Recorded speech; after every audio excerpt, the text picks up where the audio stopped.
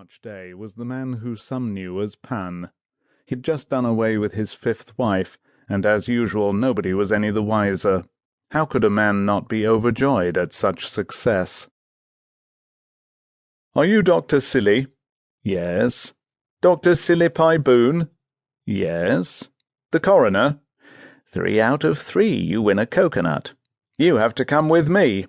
Silly stood at the foot of the stairs that led to the upper floor of Madame Deng's noodle shop on Farn Gum Street.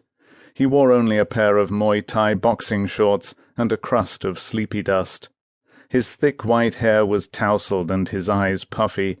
He hadn't planned on being awake before 8, and it was only 6:15. Deng had gone down to set up for the morning noodle rush, and had responded to the loud knocking at the shutters. She had checked the man's credentials before rousing her hungover husband.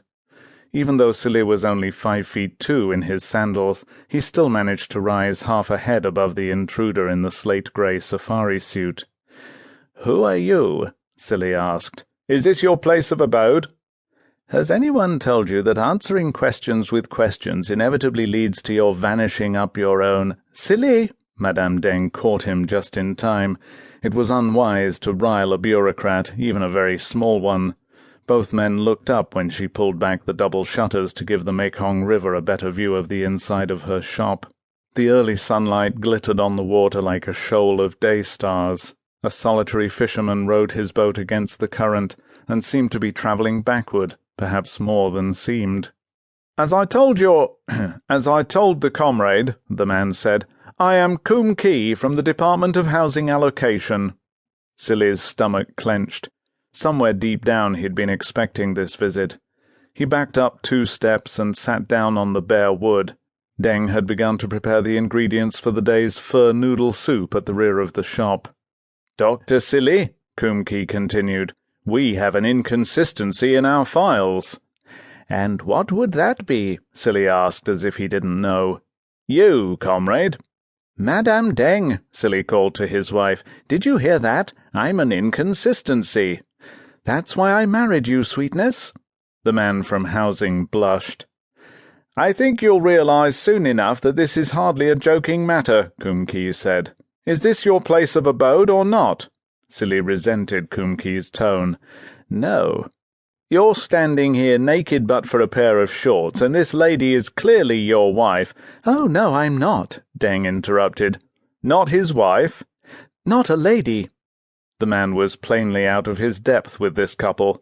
He held up his clipboard to his damp, bulgy eyes and read from it, "Dr. Silly, you are registered as the householder of Allocated Government Accommodation Unit 22B742 at Tat Luang." "Then that's obviously where I live," Silly assured him. "Well, it's clear to our department that although there are a number of people living in that bungalow, you are not among them." "And what's your definition of living?" Silly asked. I assume you have one." It's the place where you sleep." "Really? So insomniacs would never qualify for government housing?" "What?"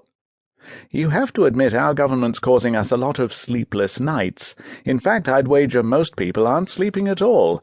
I do have a bed on which to lay my head at my house, but when I find myself wanting at 2 a.m., I climb on my motorcycle and come here to find a little rest."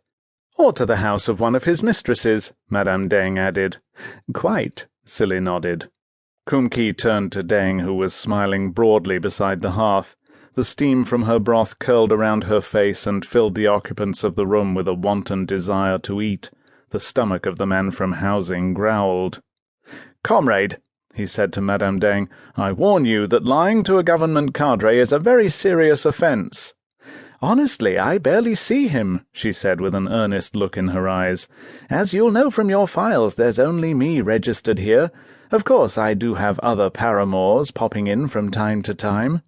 Silly smiled and scratched the tingle where his left earlobe used to be. Kum Ki seemed to realize that he was having the mickey taken out of him. As he didn't have humour to fall back on, he resorted to regulations. "Comrades, according to the rules, you are not allowed to sublet government housing. Thanks to the benevolence of the Republic, you are given permission to remain in your house rent-free. As soon as you desert it, you forfeit the right..."